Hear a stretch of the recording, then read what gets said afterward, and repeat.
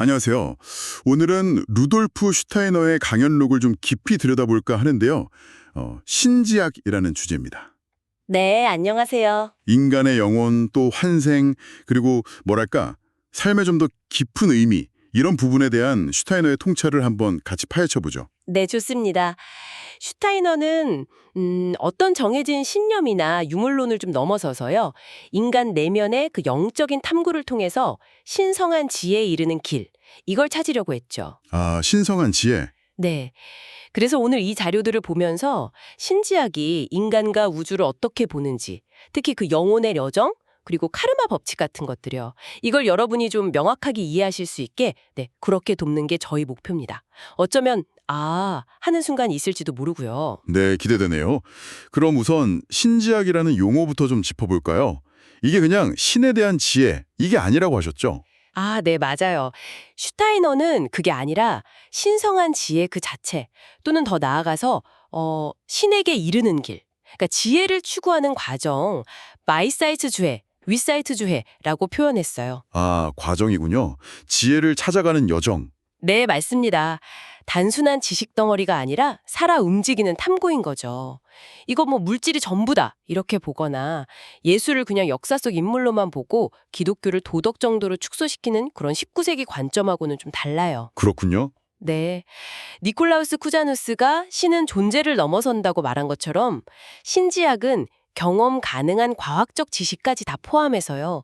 신성을 정말 살아있는 감정으로 느끼려는 시도라고 할 수 있습니다. 그 신지학의 핵심 아이디어 중에 하나가 바로 환생이잖아요.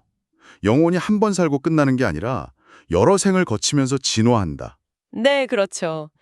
슈테이너는 이게 그냥 믿음의 문제가 아니라 영혼 발달의 어떤 법칙이라고 봤다면서요? 네, 맞아요. 그는 괴테의 시를 인용하기도 했는데요.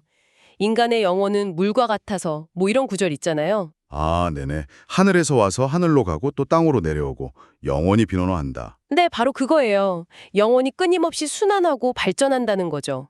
그리고 여기서 이제 카르마 법칙이 중요해지는데요. 지금 여러분이 가진 어떤 특성이나 뭐 마주하는 운명 같은 게 그냥 우연이나 유전 때문이 아니라 이전 생들의 결과이면서 동시에 다음 생의 원인이 된다는 거예요. 아, 그러니까 내가 지금 겪는 어려움이나 아니면 특별히 잘하는 재능 같은 것들이 우연이 아닐 수도 있다. 그렇죠. 과거 생에서 가져온 이번 생에서 풀어야 할 숙제 같은 걸 수도 있다는 거죠. 이게 약간 운명론처럼 들릴 수도 있을 것 같은데 그럼 개인의 의지나 노력은요? 그건 어떻게 되는 건가요? 좋은 질문이에요. 카르마가 꼭 정해진 운명이라기보다는요, 우리가 성장할 수 있는 어떤 조건이나 환경을 제공하는 것에 가깝다고 봐야 해요. 뭐랄까, 아이가 넘어지면서 걷는 법을 배우는 것처럼요, 시련이나 고통도 영원히 성장하기 위한 기회나 교훈일 수 있다는 거죠. 아하, 네.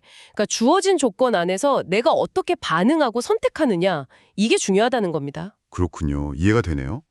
근데 슈타이너는 신지학이 기독교의 하녀 역할을 할 수 있다.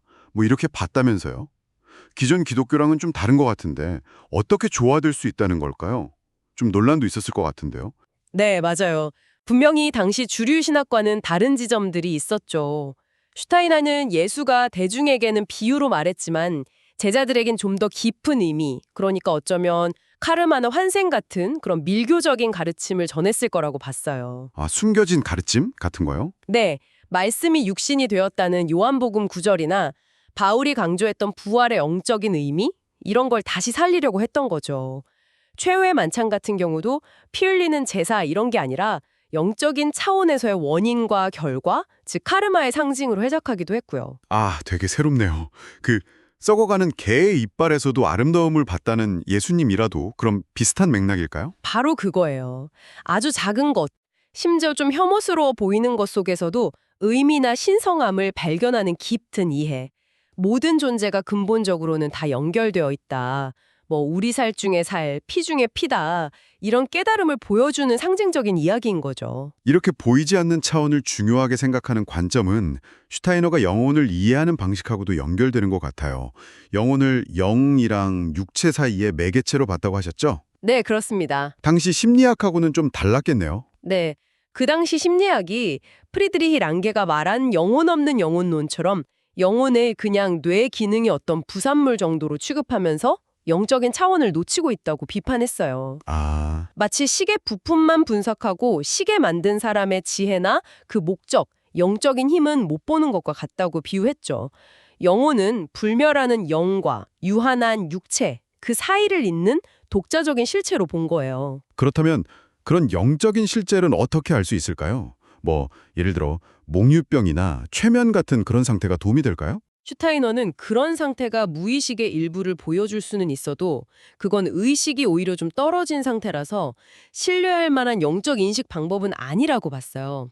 소크라테스가 죽음 앞에서도 영혼 불멸을 확신했던 것처럼 진짜 영적인 인식은 개인적인 욕망 같은 걸 넘어서서 깨어있는 의식 상태에서 꾸준히 내면을 성찰하고 발전시켜야 얻어진다고 강조했습니다. 단순한 신비 체험이 아니라 의식적인 노력이 필요하다? 네, 바로 그거죠. 핵심은 그거예요. 네. 오늘 슈타이너를 통해서 인간과 삶을 보는 아주 깊이 있는 관점을 만나봤네요. 우리를 그냥 물질적인 존재가 아니라 영혼과 영을 가지고 환생하고 카르마를 통해 진화하면서 신성한 지혜를 향해 가는 존재로 보는 그런 시각이었어요. 네, 맞습니다.